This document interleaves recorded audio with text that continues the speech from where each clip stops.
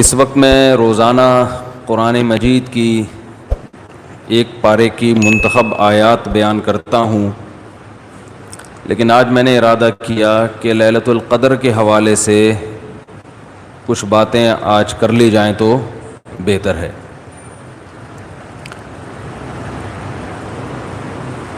قرآن مجید میں اللہ تعالیٰ کا ارشاد ہے، انا انزلناہ فی لیلۃ القدر وما ادراک ما لیلۃ القدر، ہم نے اس قرآن کو لیلۃ القدر میں نازل کیا، تمہیں کیا پتہ کہ یہ کون سی رات ہے؟ لیلۃ القدر خیر من الف شہر، یہ رات 1000 مہینوں سے بہتر ہے۔ تنزل الملائکۃ والروح فیہا بإذن ربہم من کل امر، فرشتے اور جبریل اس رات میں رب کے حکم سے نازل ہوتے ہیں، من کل امر، ہر طرح کے احکامات لے کر۔ سلام ہی حتی مطلع الفجر، یہ سلامتی ہے یہ رات یہاں تک کہ فجر طلوع ہو جائے، یعنی سحری کا وقت ختم ہو جائے۔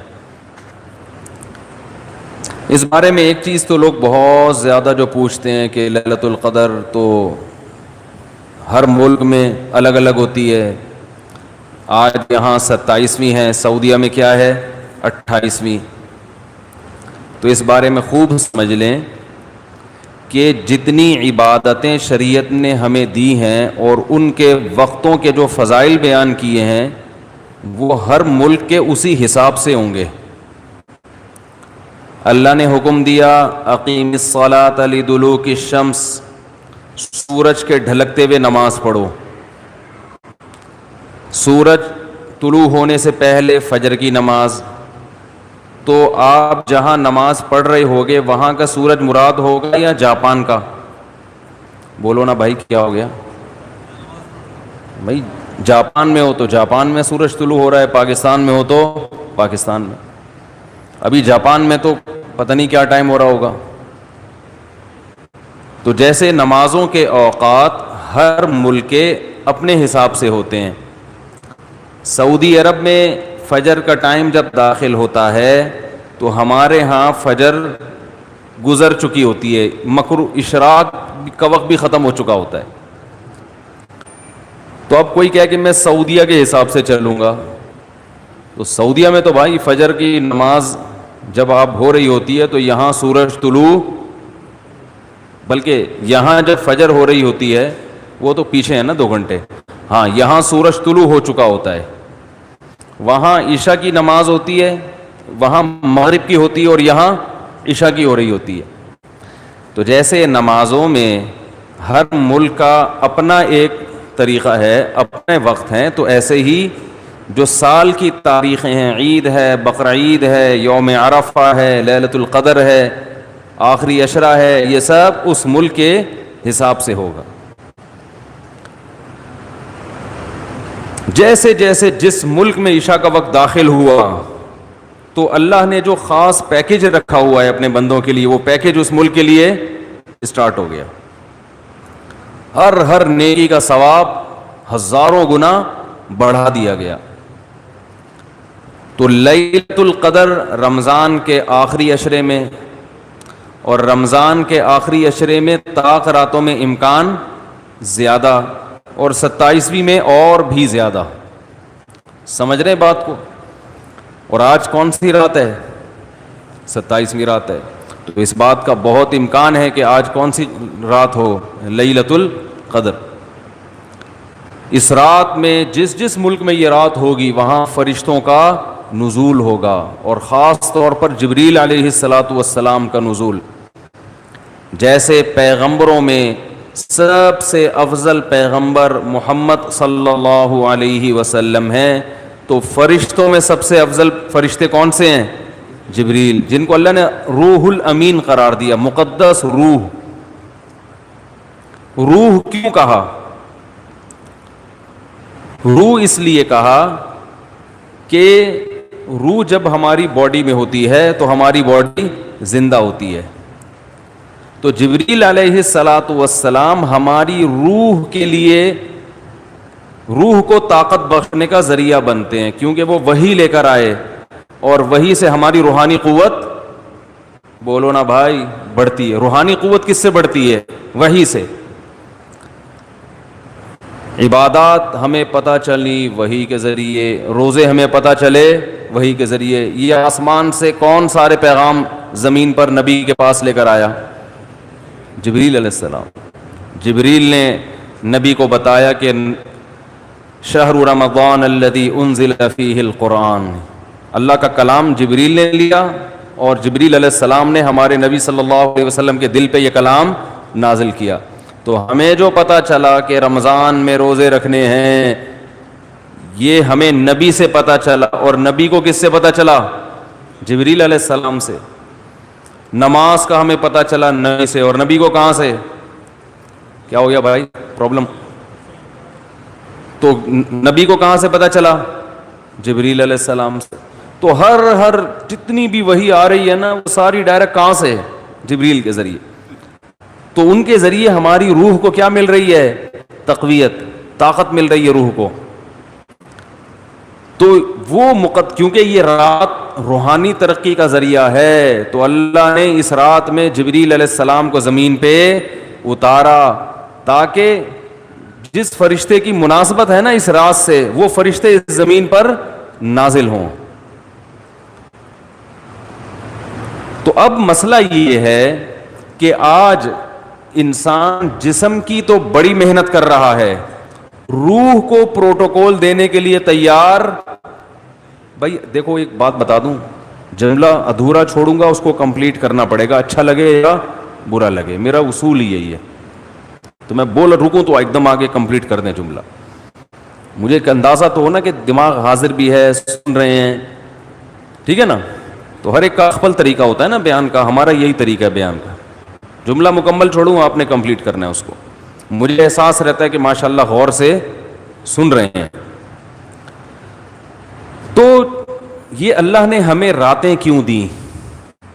اللہ نے ہمیں رمضان کیوں دیا؟ تراویح کیوں دی؟ تہجد کیوں دی؟ غیر مسلموں کے پاس یہ چیزیں ہیں؟ نہیں ہے۔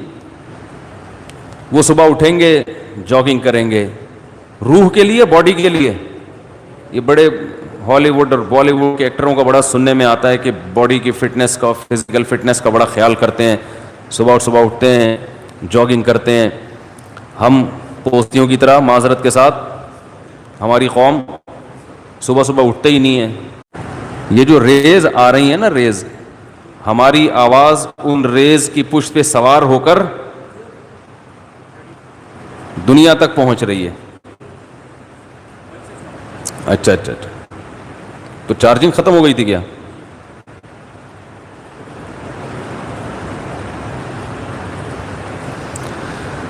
تو میں یہ عرض کر رہا تھا کہ فنکار، اداکار لوگ اپنی فٹنس کا بہت زیادہ خیال کرتے ہیں۔ آج کل ہر آدمی اگر کرتا ہے تو اپنی باڈی کی فٹنس کا تو خیال کرتا ہے۔ صبح اٹھ کے جاگنگ کریں گے، ڈائٹنگ، یہ نہیں کہ پراٹھے کھا رہے ہیں آلو کے، تمیز سے کھائیں گے، 1 گلاس دودھ، پھر 2 انڈے ہاف بوائل، ٹھیک ہے نا، پروٹین لینے ہیں، پھر جو ہوتے ہیں نا ڈائٹ جن لوگوں کی۔ تو باڈی کی محنت تو آج کی جا رہی ہے، روح کو طاقت دینے کی کوشش نہیں کی جا رہی۔ حالانکہ انسان روح اور جسم دونوں کا مجموعہ ہے۔ بھائی ایک دفعہ اس کو لگا دیں، جو بار بار آپ اٹھ رہے بیٹھ رہے ہیں نا، میرا بڑا دماغ خراب ہو رہا ہے اس سے، یا تو اس کو بند کر دیں، کوئی ضروری نہیں ہے، ریکارڈ کر لیں ویسے ہی، اس سے جو ہے نا بہت زیادہ ڈسٹربنس ہوتی ہے۔ ہو گیا تو ٹھیک ہے، نہیں تو وہ دوسرا کیمرہ لا کے ریکارڈ کر دیں، اس کو بند کر دیں۔ تو کیا کہہ رہا تھا میں؟ سیٹنگ، اپنی سیٹنگ، اب ادھر سے سیٹ کریں اس کو، وہاں سے تو ہو گئی، اب ادھر سے بھی پانل لا کے نا میری اپنی سیٹنگ کو بھی سیٹ کریں۔ کیا کہہ رہا تھا میں؟ تو روح جو ہے نا، دیکھو انسان جو ہے نا، انسان کو جانوروں پر قیاس نہیں کیا جا سکتا۔ اچھا جانور کسے کہتے ہیں؟ جو صحت مند ہو۔ اچھی بکری تو دودھ زیادہ دیتی ہو، اچھی بھینس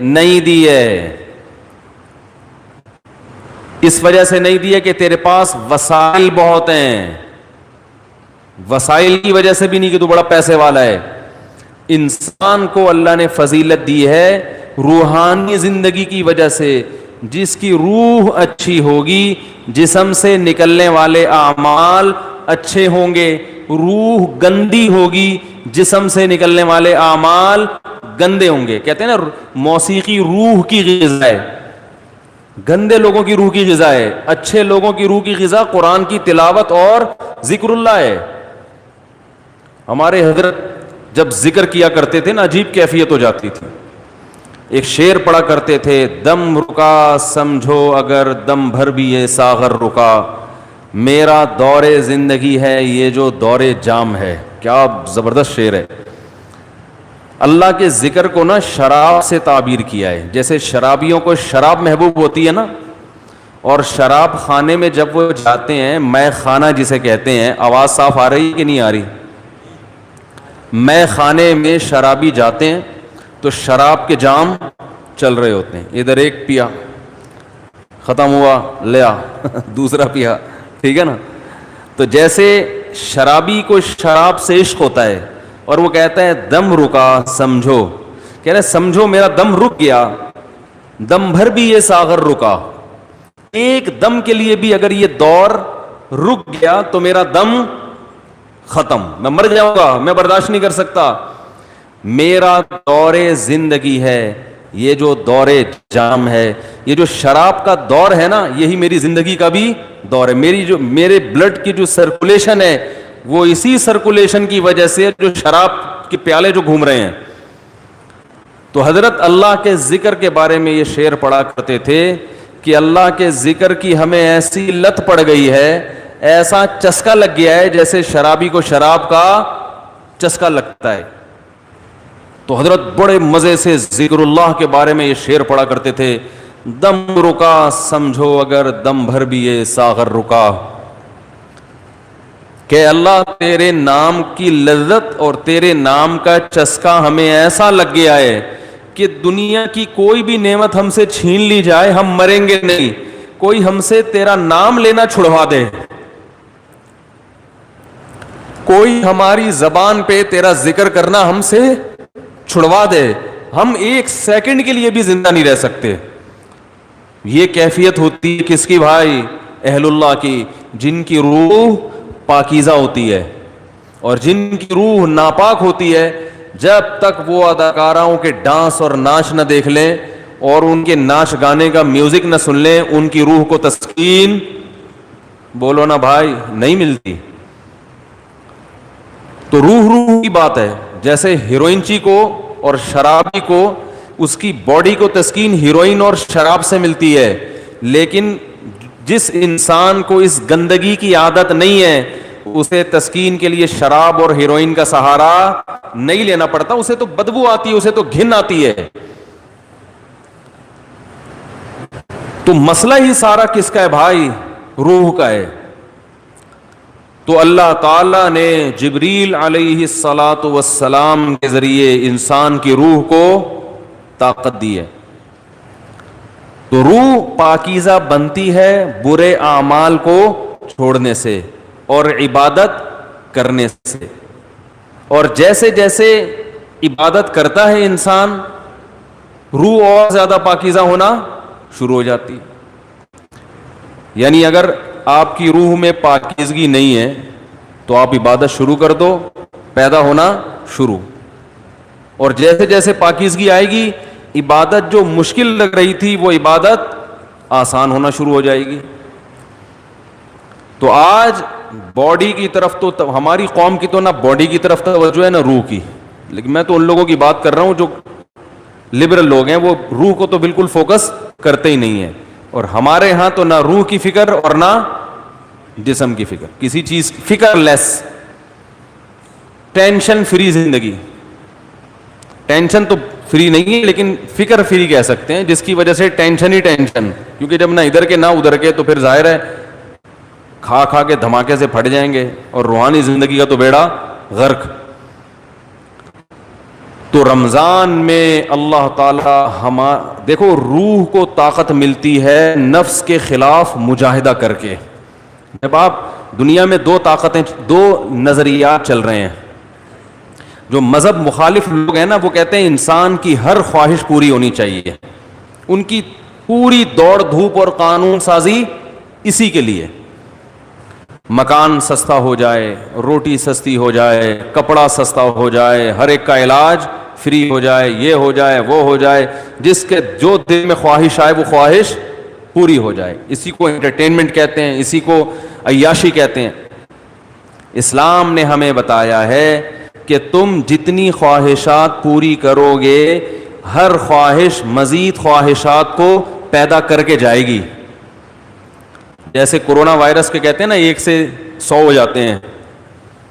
اب جس نے پہلا وائرس پیدا کر دیا یا خود بخود ہو گیا قدرت کی طرف سے, تو بس ایک دفعہ کیا, اب وہ ملٹی پلائی, بولو بھائی, ہوتا چلا جا رہا ہے نا. ایک خربوزے کا بیج ڈال دو, اب مزید بیج پیدا کرنے کی ضرورت نہیں ہے, وہ اسی سے خود بخود پیدا ہوتے چلے جائیں گے.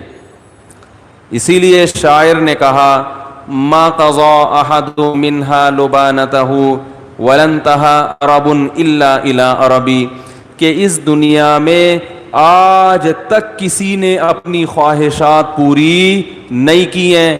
جس نے ایک خواہش پوری کی تو وہ ایک خواہش جب ختم ہوئی تو ہزاروں خواہشات کو پیدا کر کے ختم ہوئی ہے. وہ یہ جو ہمیں نظر آ رہے ہیں نا, بہت سے لوگ لائف کو انجوائے کر رہے ہیں, ان کی ہر خواہش پوری ہو گئی, ابھی انہیں کچھ بھی نہیں چاہیے.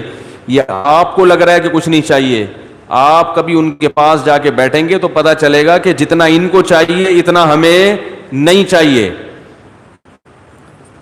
تو اسلام نے ہمیں کچھ ایسی کام بھی بتائے ہیں جس میں ہمیں اپنے نفس کے اگینسٹ چلنا پڑتا ہے. دل نہیں چاہتا مگر اس کی مخالفت کرنی پڑتی ہے. دل کی خواہشات کو جتنا کچلیں گے روح کو طاقت اتنی زیادہ ملے گی, اور روح کو تسکین ملتی ہے اس سے. تو اسلام نے ہمیں اپنے جسم کی خواہشات کو کچلنے کے لیے روزہ دیا. روزہ رکھو, صبح صادق سے لے کے غروب آفتاب. کیسا پھیکا پھیکا ہو جاتا ہے نا انسان روزے میں. مجھے تو آپ ابھی بھی پھیکے پھیکے سے ہی لگ رہے ہیں.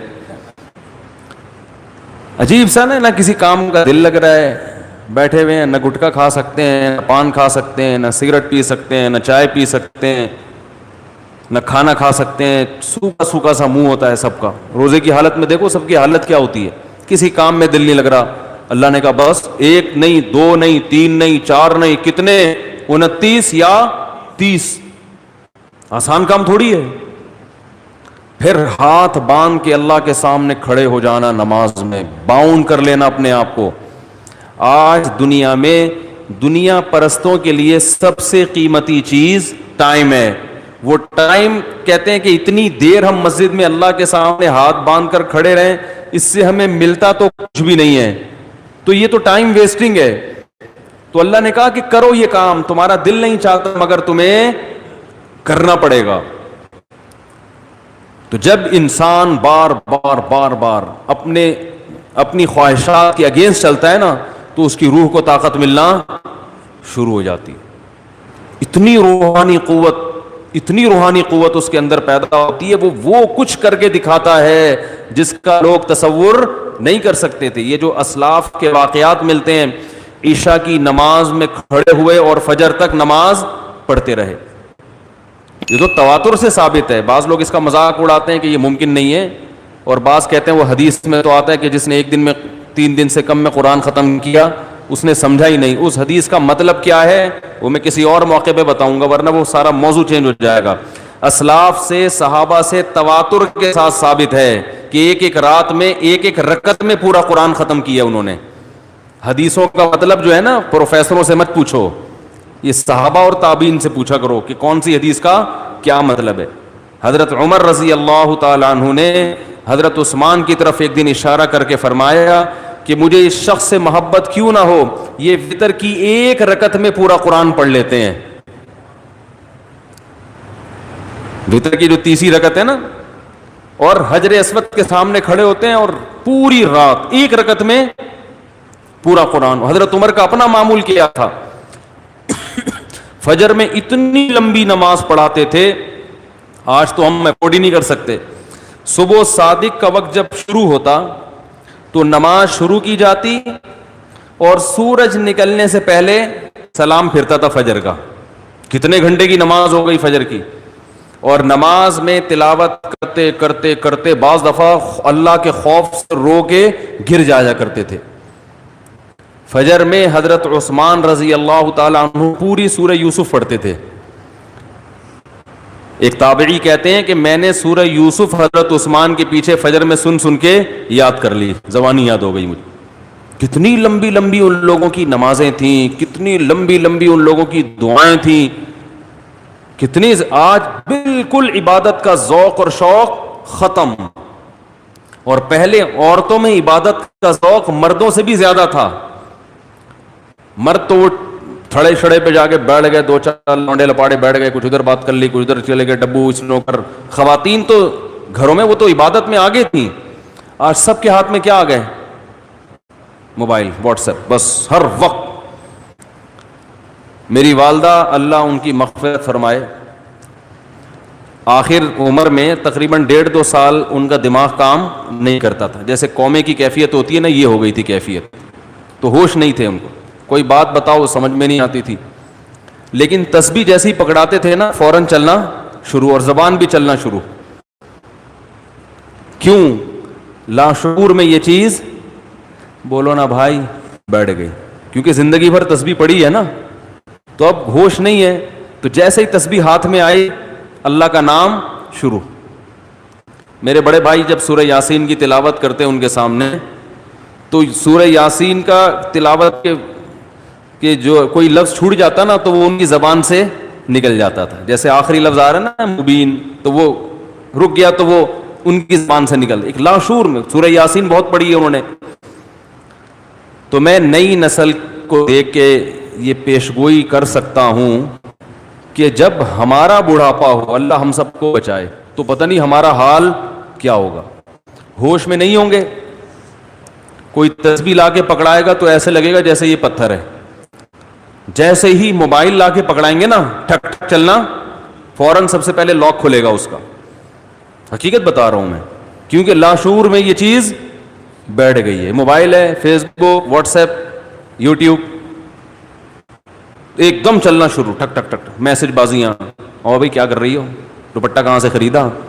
خواتین کی نا چاہے قومے میں ہو یا کچھ بھی ہو، اللہ بچائے سب کو قومے میں جانے سے. جو کام زندگی بھر کیا ہوتا ہے، جب انسان ہوش میں نہیں ہوتا تو وہی کام اس کے سامنے آنا شروع ہو جاتا ہے. علماء نے بیان کیا کہ کئی دنیا میں حافظ ایسے ہیں کہ مرتے ہوئے ان سے کہا جا رہا تھا کہ کلمہ پڑھو تو گانا گانا شروع کر دیا انہوں نے. حافظ قرآن تھے مگر قرآن کی تلاوت نہیں کرتے، گانوں اور فلموں کو فوکس کیا ہوا تھا. موت کے وقت کلمہ نہیں نکل رہا زبان سے، گانے گا رہے ہیں. انہیں بتایا جا رہا ہے کہ پڑھو کلمہ، نہیں، گانا گا رہے ہیں. تو اللہ کے عذاب سے بچنا چاہیے بھائی. کچھ عادی بنائیں. ہم یہ نہیں کہہ رہے کہ ہمارے اسلاف جیسے پوری پوری رات عبادتیں کیا کرتے تھے ایسے ہی کریں. کچھ تو عادی بنائیں اپنے آپ کو اللہ کے سامنے رونے ہونے کا، کچھ تو اللہ کا نام لینے کا اپنے زبان کو عادی بنائیں. جو اللہ کا ذکر کثرت سے کرنا پڑے گا اس کے لیے، اور دعا کا اہتمام کثرت سے. اب ایک آخری بات کر کے اپنے بیان کو ختم کرتا ہوں. دیکھو بھائی، لیلۃ القدر میں جو دعا ہم نے مانگنی ہے، اس میں سب سے زیادہ فوکس اس دعا کو کرنا ہے کہ ہماری زندگی سے گناہ چھوٹ جائیں. لوگ گناہ چھوڑنے کے لیے تیار نہیں ہیں. پچھلی امتوں پر جو اللہ کی طرف سے عذاب آئے وہ تہجد چھوڑنے کی وجہ سے نہیں آئے، اشراق چھوڑنے کی وجہ سے نہیں آئے. وہ جو عذاب آئے تھے وہ گناہ کی وجہ سے آئے تھے. قوم لوط علیہ السلام پر عذاب کیوں آیا؟ لڑکوں سے بدفعلی کا گناہ کر رہے تھے. قوم سمود پر عذاب کیوں آیا؟ ناپ تول میں کمی. تنخواہ پوری لیتے، کام ادھورا کرتے. آج ہر آدمی یہی کر رہا ہے، دفتر میں کام پورا نہیں کرے گا، تنخواہیں پوری لی جا رہی. پولیس میں سب سے ایماندار وہ آفیسر سمجھا جاتا ہے جو رشوت نہیں لیتا. حالانکہ اتنا کافی نہیں ہے، بلکہ یہ بھی ضروری ہے کہ اپنی ڈیوٹی ٹائم پہ دیتا ہو. بھائی رشوت لینا بھی حرام ہے، لیکن کام کیے بغیر تنخواہ لینا کہاں سے جائز ہو گیا ہے بھائی؟ گورنمنٹ کے اداروں میں جو اسکول اور یونیورسٹیاں ہیں، وہاں پروفیسر حضرات اور ٹیچرز اگر وہ دل جمعی کے ساتھ بچوں کو نہیں پڑھا رہے ہیں اور سیلری پوری لے رہے ہیں، تو وہ سیلری قوم سمود میں داخل ہوگا کہ نہیں ہوگا؟ کہ کام ادھورا، اور جب حق لینے کی باری آئی تو پورا، اور دینے کی باری آئی تو اس میں ڈنڈی مارتے ہیں۔ کتنا قرآن مجید نے والدین کا حق بیان کیا ہے، لا تقل لہما اف، اف بھی نہیں کرنا ہے، بہت زیادہ قضا کا لفظ استعمال کیا۔ تیرے رب نے فیصلہ کر دیا کہ ماں باپ سے اچھا سلوک کرنا ہے، فیصلے کا لفظ استعمال کیا، کہتے ہیں نا عدالت نے فیصلہ سنا دیا، اس کی ویلیو ہوتی ہے۔ ایک جگہ فرمایا ووصینا، وصیت کر دی ہے۔ وصیت کہتے ہیں مرتے ہوئے جو انسان جو بات کہہ کے جا رہا ہوتا ہے، اللہ پر تو موت نہیں آتی، لیکن اللہ کہہ رہے ہیں اتنی تاکید سے یہ بات کہہ رہا ہوں جیسے کوئی دنیا سے جانے والا تاکید سے کہتا ہے نا، تو وہ معمولی حکم نہیں ہوتا، بہت سخت آرڈر ہوتا ہے۔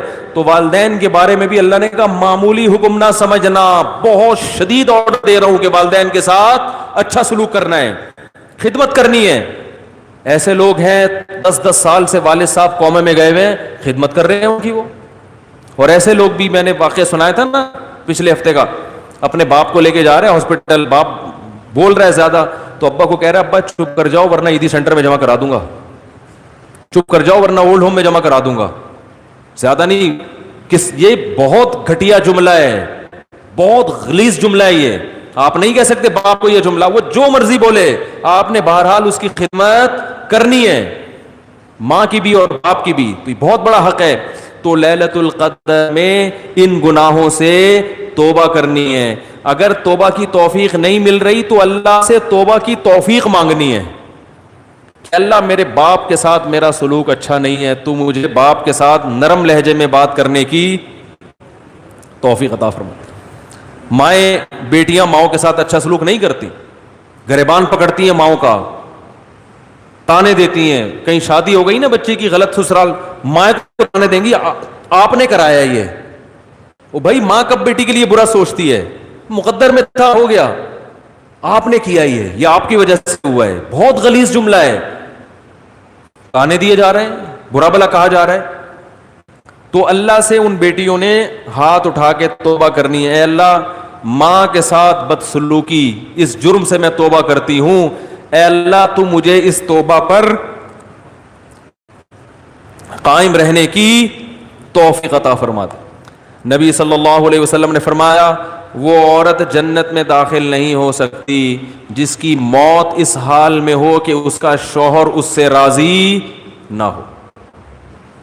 کتنی خواتین ہیں شوہر بیسک حقوق ادا کر رہا ہے مگر اس سے تمیز سے بات بولو بھائی نہیں کرتی۔ سب سے بڑا حق تو والدین سے اطاعت میں تو اللہ نے عورت کے لیے شوہر کا حق والدین سے بھی زیادہ کر دیا۔ ہم کوئی انگریز تھوڑی ہیں کہ ہر آدمی اپنے اپنے طریقے کی زندگی گزار رہا ہے۔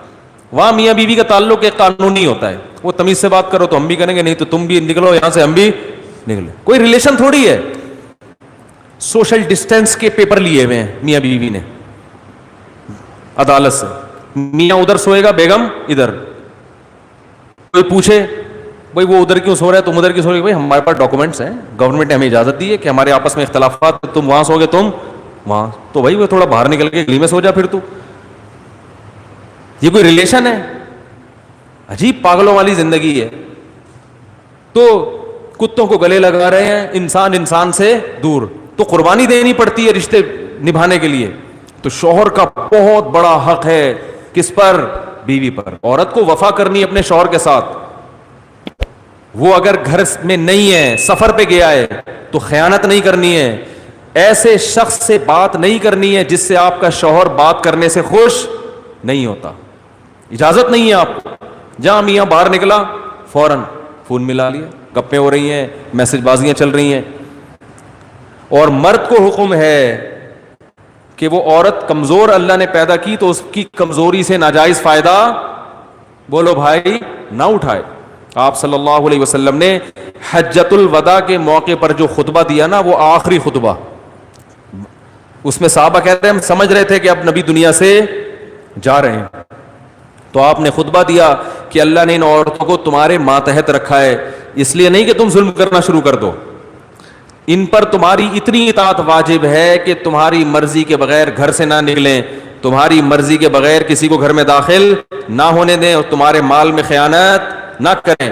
فرمایا اس کے بعد تمہارے حقوق ہیں ان کے اوپر، تم پر حقوق ہیں ان کے، وہ کیا ہے کہ جو خود کھاؤ وہ ان کو کھلاؤ، جیسا خود پہنو ویسا ان کو پہناؤ۔ بعض عورتوں کی شکایت آتی ہے میاں گھر میں آتا ہے جیسے چنگیز خان یا ہلاکو خان گھر میں داخل ہوا ہے، تمیز سے نہ سلام نہ بات چیت، ہر وقت ناک پہ، دوستوں میں بیٹھے گا ہاں ہو بڑا اچھا، جیسے کسی دوست کو لا کے بٹھا دو نا ایک دم موڈ چین اور ہاں بڑی گپ شپ، گھر میں جیسے ہی آئے گا جیسے کچھ چنگیز خان گھر میں داخل ہو رہا ہے۔ تو آپ صلی اللہ علیہ وسلم جب گھر میں آتے، امی عائشہ فرماتی ہیں مسکراتے ہوئے چہرے کے ساتھ، مسکراتے ہوئے داخل ہوتے تھے۔ تو بھائی ان جرائم سے کیا کرنی ہے توبہ۔ اگر رشتہ داروں میں آپس میں کوئی بھائی بہنوں میں ناراضی چل رہی ہے تو آپ صلی اللہ علیہ وسلم نے فرمایا رشتہ داری توڑنے والا جنت میں، بولو نا بھائی نہیں جائے گا۔ سگے بھائی سے ناراضی ہے، سال ہو گیا 2 سال ہو گئے بھائی سے بات نہیں کر رہا، بہنوں میں لڑائی ہوئی ہے، وہ بھائی جب الگ الگ شادی ہو گئی الگ الگ رہ رہے ہیں، لڑکے کیا کرنا ہے، تم پہل کر کے دوستی کر لو، یا تو ایک ساتھ رہ رہے ہوتے ہیں نا ہر وقت چپکے ہوئے پھڈے ہو رہے تو ہم پھر خود ہی کہتے ہیں کہ سائڈ سوشل ڈسٹینس کا جو ہے نا سرٹیفکیٹ بنوا لو، پھر ہم خود مشورہ دیتے ہیں۔ جب الگ الگ ہے، وہ بہن اپنے میاں کے ساتھ رہ رہی ہے، وہ بھائی اپنی بیگم کے ساتھ الگ رہ رہا ہے، پھر کیوں لڑ رہے ہو؟ اگر لڑائی ہو گئی ہے سوری کرنے میں پہل کر لو، بھائی اس کی غلطی نہیں بھی آپ کی ہے تو آپ معافی مانگ لو گے تو ثواب ہی ملے گا نا۔ لوگ کہتے ہیں میں چھوٹا ہو جاؤں گا، تو نبی نے فرمایا من تواضع للہ رفعہ اللہ، جو اللہ کے لیے جھکتا ہے اللہ اسے اٹھا لیتے ہیں، بلند کر دیتے ہیں۔ تو رشتہ داری جوڑنے کے لیے اپنے خونی رشتوں کو ہدیہ دینا سیکھو، خونی رشتوں، پیسے، سمجھ رہے ہو، دعوتوں سے دوستی نہیں ہوتی۔ لوگ کیا کرتے ہیں آج بہن کو عید پہ ہم نے دعوت بلا لی، بہت اچھی بات ہے بلائیں بہنوں کو، اصل چیز ہے کیش، یہ دینا چھوڑ دیا کیونکہ اس سے جان نکلتی ہے، پیسے نہیں دیے جاتے آج۔ منتیں مانیں گے روزے کی، منتیں مانیں گے نمازوں کی، صدقے کی منتیں مارکیٹ سے شارٹ، ٹھیک ہے نا، اے اللہ میرا یہ کام ہو جائے تو اتنے روزے رکھوں گا، خواتین بھی مانو اتنے روزے رکھوں گا۔ پہلے صحابہ جو منتیں مانتے تھے نا وہ یہ کہ میرا یہ کام ہو گیا تو اتنے پیسے صدقہ کروں گا۔ پیسے مارکیٹ سے کیا ہو رہے ہیں کہ اللہ تو میرے سارے بھی کام بنا دے، پیسے جیب کے، کام ہی یہی ہے کہ پیسے بچ جائیں، یہی تو کام ہے، تو وہی کام میں کیسے قربان کر دوں؟ تو رشتہ داروں کو پیسے دیا کرو، پیسے روکڑا، سمجھ رہے ہو، بھائی کو لفافے میں ڈال کے ڈالر دو، یہ ہدیہ ہے آپ کو۔ اگر وہ اپنی توہین محسوس کرتا ہے چھوٹا بھائی مجھے کیوں ہدیہ دے رہا ہے، سائڈوں سے بھجوا دو، کسی دوست کو بولو یہ تم دے دینا میرا نام نہیں آنا چاہیے، نہیں آ رہی میرا خیال ہے بات سمجھ۔ بہنوں کو ہدیہ دے دیا کرو، زکوٰۃ دے رہے ہوتے ہیں بہنوں کو، ٹھیک ہے زکوٰۃ بھی دینا جائز ہے، ثواب ملے گا، لیکن زکوٰۃ دینے کا مقصد ہوتا ہے کہ اب اپنی ذمہ داری ہماری کیا ہو گئی پوری۔ بھائی زکوٰۃ تو غریبوں کا حق ہے، بہن غریب ہے تو ایک تو اس لحاظ سے، لیکن بہن کا حق تو اس لحاظ سے بھی ہے کہ وہ بہن ہے، اس کو تو زکوٰۃ کے علاوہ بھی دو نا بھائی۔ تو خونی رشتوں کا جو حساب کتاب ہے وہ کیا ہو رہا ہے؟ ختم۔ ایک بات میں خواتین سے کہتا ہوں، آپ کے بچوں پہ اگر آپ کا دیور ہاتھ اٹھائے تو آگے سے بولا مت کرو۔ بچے پہ باپ کا بھی حق ہے، چچا کا بھی حق ہے تربیت میں، وہ بھی تو لگتا ہے نا کچھ۔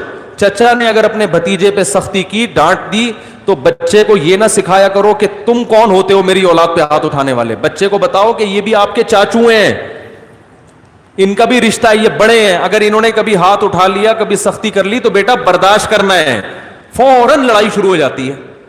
دیور نے ہاتھ اٹھا کے مارا تو اپنے میاں کو بتاتی ہیں بھائی آپ تو چلو باپ ہو، یہ کون ہوتا ہے ہمارے معاملات میں دخل اندازی کرنے والا؟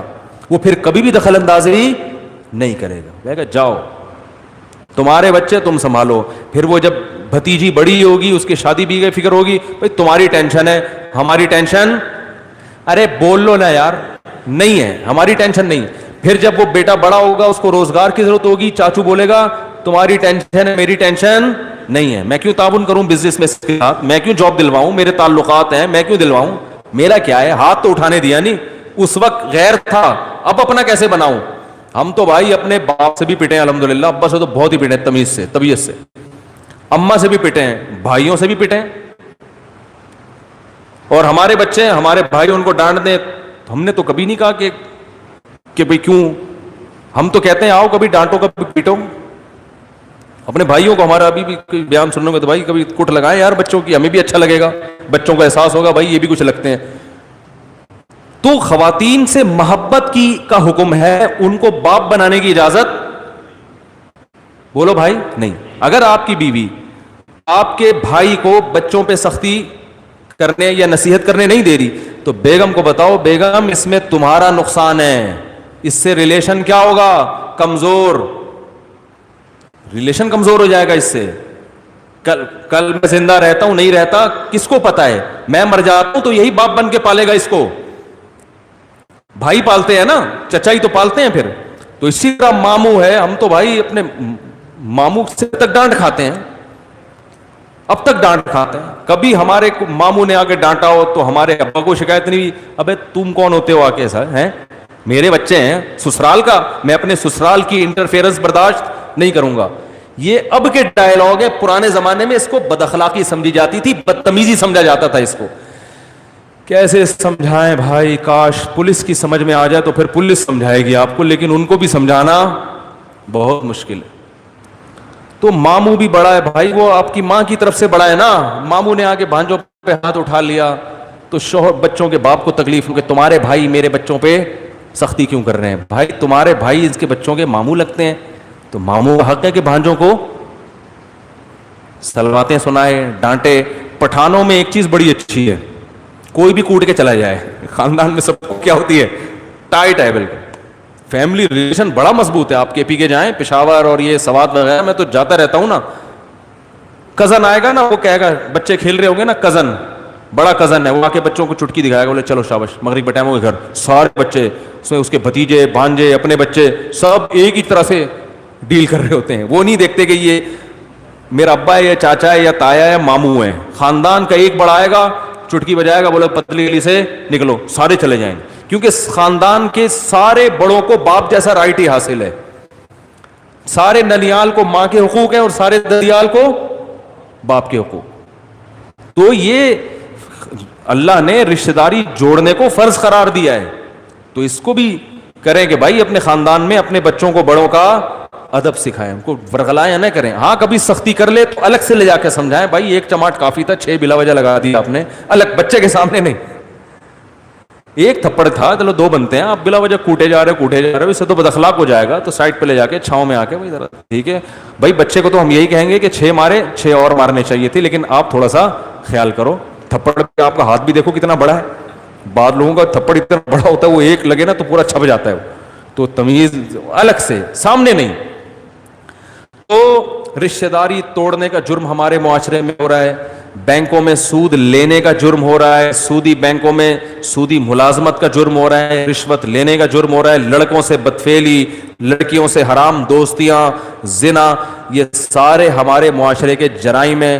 یا تو بھائی انگریز بن جاؤ, انگریز کے ہاں کوئی لیلۃ القدر نہیں ہوتی, نہ کوئی توبہ طائب, کچھ بھی نہیں ہوتا. ان کے یہاں لائف کو انجوائے کرو, انٹرٹین کرو, مزے اڑاؤ اور پتلی گلی سے نکل لو. ٹھیک ہے نا.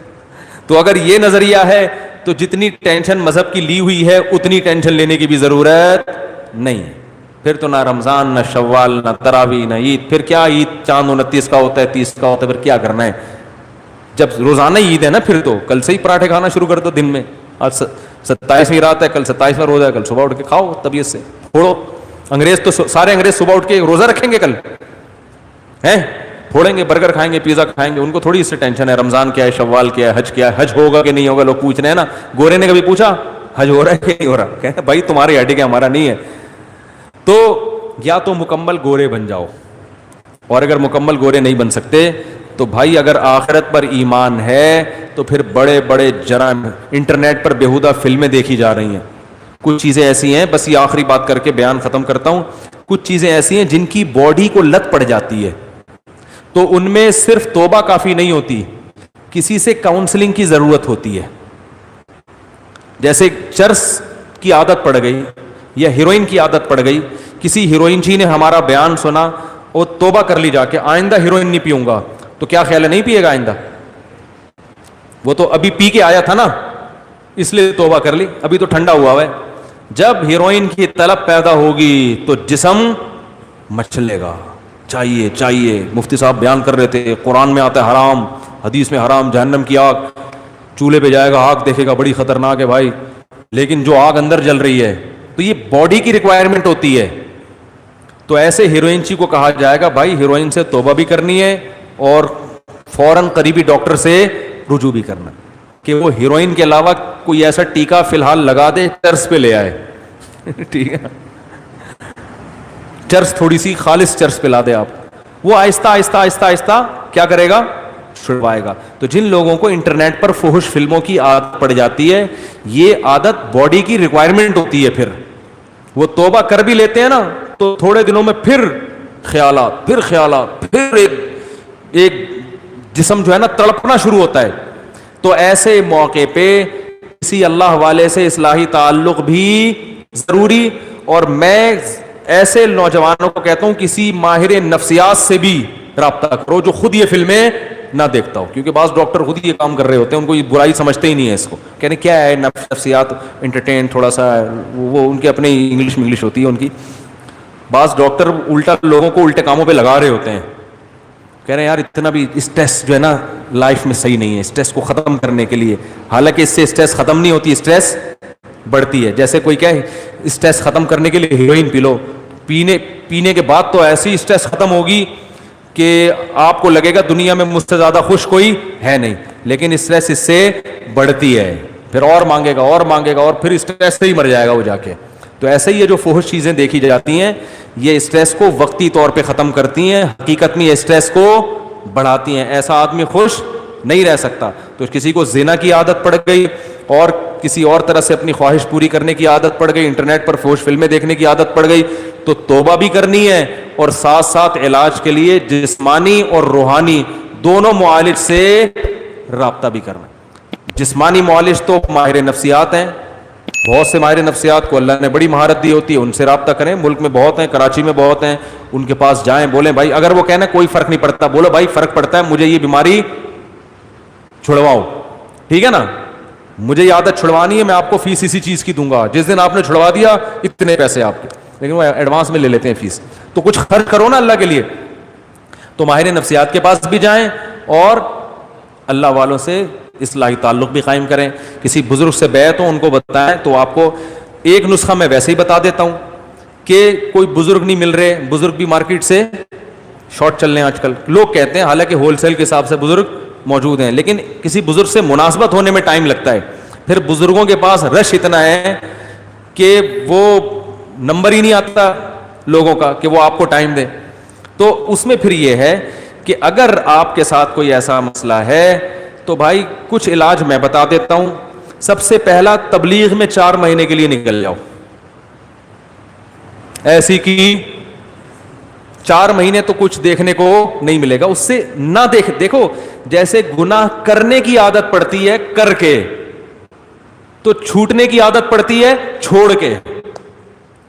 کچھ دن دل مچلے گا, جب ایک طویل عرصے تک نہیں دیکھو گے تو پھر دیکھنے کی عادت ختم. کچھ دن تو مچلے گا دل, 4 مہینے کے بعد دل کرے گا بھاگوں یہاں سے میں. لیکن تبلیغ میں ایک ماحول ملتا ہے, بہت دن تک گناہ سے دور رہیں گے تو انشاءاللہ عادت چھوٹ جائے گی. واپس آئے, پھر شیطان نے ورغلا کے گناہ کروا دیا, دوبارہ نکل لو. ایسی کی بولو نا, ایسی کی تیسی اس لیے کہہ رہا ہوں کہ پھر کاروبار, دکان کا ہر بھاڑ میں جائے کاروبار. پہلے انسان کا بچہ تو بنے آدمی, وہ تھوڑا نقصان کر لو کچھ نہیں ہوتا. پڑھائی اگلے سال ہوئی, کورونا کی وجہ سے اگلے سال ویسے ہی ہو رہی ہے نا, تو ایک اپنی اصلاح کی وجہ سے ہو جائے گی. تھوڑی قربانی دو گے تو بھائی دین آئے گا. تو تبلیغ میں بہت فائدہ ہوتا ہے. ایک کام سمجھ میں آ گیا, یہ ان لوگوں کے لیے جن کو اصلاحی تعلق فی الحال میسر نہ ہو, ورنہ تو اصل تو یہ کسی شیخ سے, بزرگ سے بیعت ہو جاؤ. دوسرا کام یہ کرنا ہے کہ اپنے آپ کو بے لگام نہیں چھوڑنا ہے.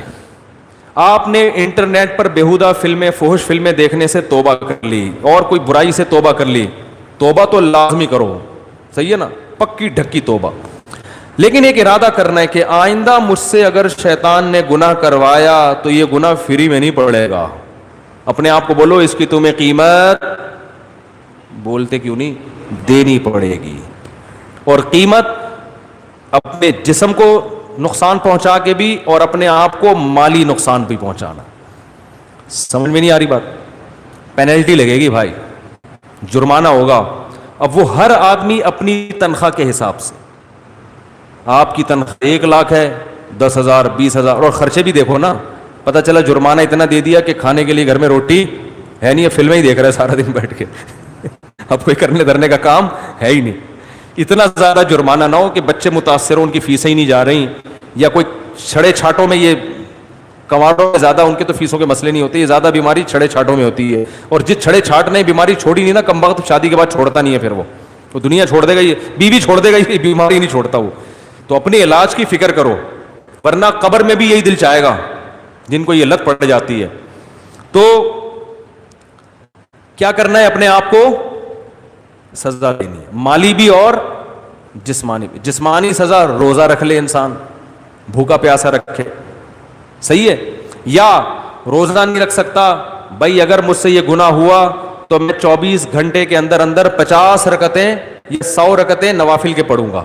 وہ اتنے زیادہ بھی سزا نہ ہو کہ پڑھنا ہی مشکل ہو جائے, اتنی ہلکی بھی نہ ہو کہ سزا کا عنصر اس میں سے ختم ہو جائے. تو اصلاحی تعلق میں فائدہ ہوتا ہے کہ ہر بزرگ ہر ایک کے حالات دیکھ کر اس کے لیے خود سزا تجویز کرتے ہیں کہ آپ کی تنخواہ اتنی, آپ کم از کم اتنے پیسے صدقہ کرو. اب آپ نے اگر کہا کہ 5 روپے صدقہ کروں گا اگر مجھ سے گناہ ہوا, تو آپ کہو گے دیکھتے رہو, شام کو 100 روپے دے دوں گا, کیا جا رہا ہے 100 روپے میں. اور آپ نے کہا 5 لاکھ صدقہ کروں گا, تو بس ایک ہی دفعہ ہوگا صدقہ, اس کے بعد دوبارہ گناہ تو ہوگا, صدقہ نہیں ہوگا. تو وہ اپنے حالات دیکھ کر, نہ اتنا تگڑا جرمانہ ہو. بھائی لائف جا رہا ہے بیان, کتنے لوگ ہیں, چلو اچھی بات ہے, یہ کام کی بات ہے نا, لوگوں سنے. 5,000 روپے آپ نے اپنے اوپر متعین کر لیے کہ میں صدقہ کروں گا, ایک نارمل تنخواہ والے کے لیے یہ ٹھیک ہے.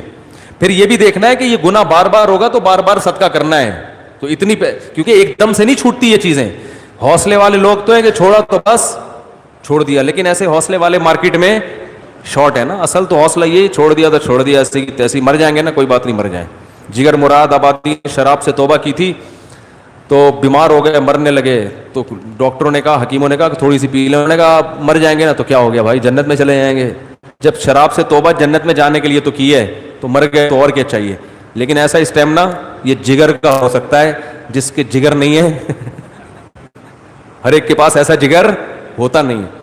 تو اصل تو یہ ہے, نہیں چھوٹ رہا تو بھائی فری شیطان کو بے لگام نہ کر دو, سزا دو. جیسے ہی گناہ ہوگا 2 رکعت توبہ کے ساتھ گڑ گڑانا بھی ہے کہ اللہ ہو گیا اب نہیں کروں گا, صحیح ہے نا.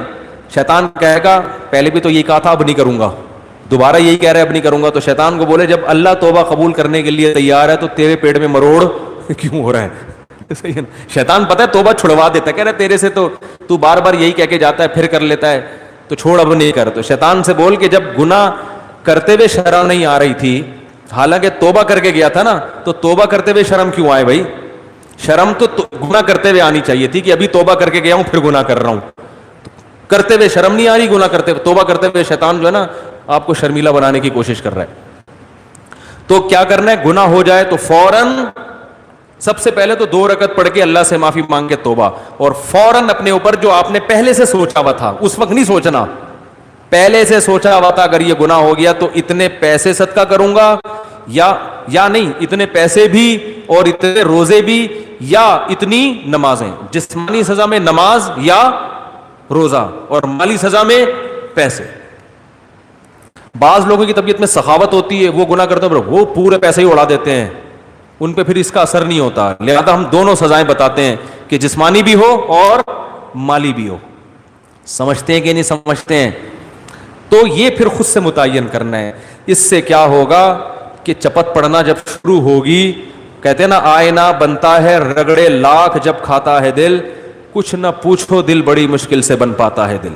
دل کے جب رگڑے لگتے ہیں تو آہستہ آہستہ چمک پیدا ہونا شروع. تو گناہ کے بعد جب سزا ملے گی تو پھر اگلی دفعہ گناہ کرتے ہوئے خیال آئے گا کہ یار جیب سے پیسے نکلیں گے, سوچ لے تو سارے پیسے اسی میں اڑانے ہیں کیا.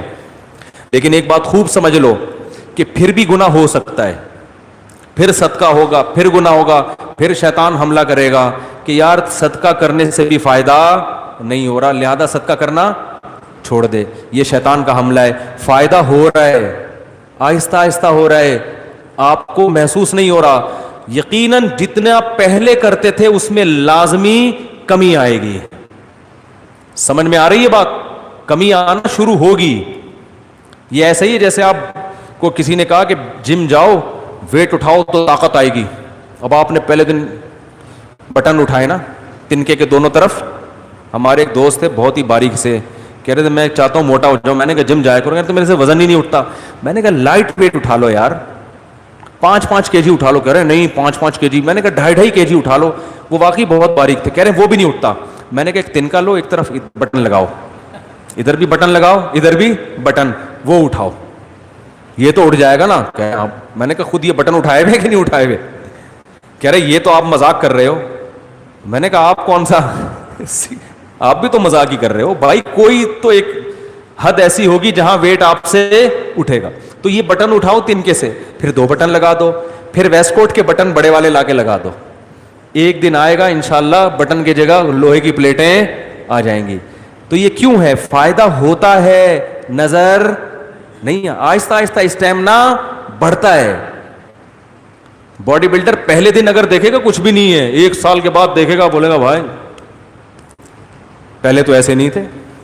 پہلے تو قمیض اتارتے تھے, ڈاکٹر کو ایکس رے کرنے کی ضرورت پڑتی نہیں تھی, یہیں سے نظر آ جاتا تھا پھیپڑوں میں کتنا پانی آیا ہوا ہے. ٹھیک ہے نا. تو آہستہ آہستہ ہوتا ہے.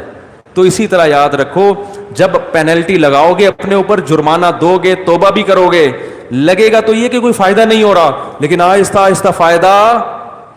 بھائی 10-15 سال کی عادت ہے, 2-4 سال تو لگ سکتے ہیں نا چھوٹنے میں. تو ہمت نہیں ہارنی, ٹھنی اس سے ہے دشمنی عمر بھر کی, کبھی وہ دبا لے کبھی تو دبا لے. شیطان سے پھڈا ہمیشہ کا ہے, ابھی تک تو شیطان ہی دباتا رہا ہے. آج ہم بھی ٹرائی کرتے ہیں, دبانے کی کوشش کرتے ہیں نا. ایک دن آئے گا انشاءاللہ کچل دو گے شیطان. تو مایوس نہیں ہونا ہے, چھوڑنے کی کوشش بولو نا بھائی کرنی.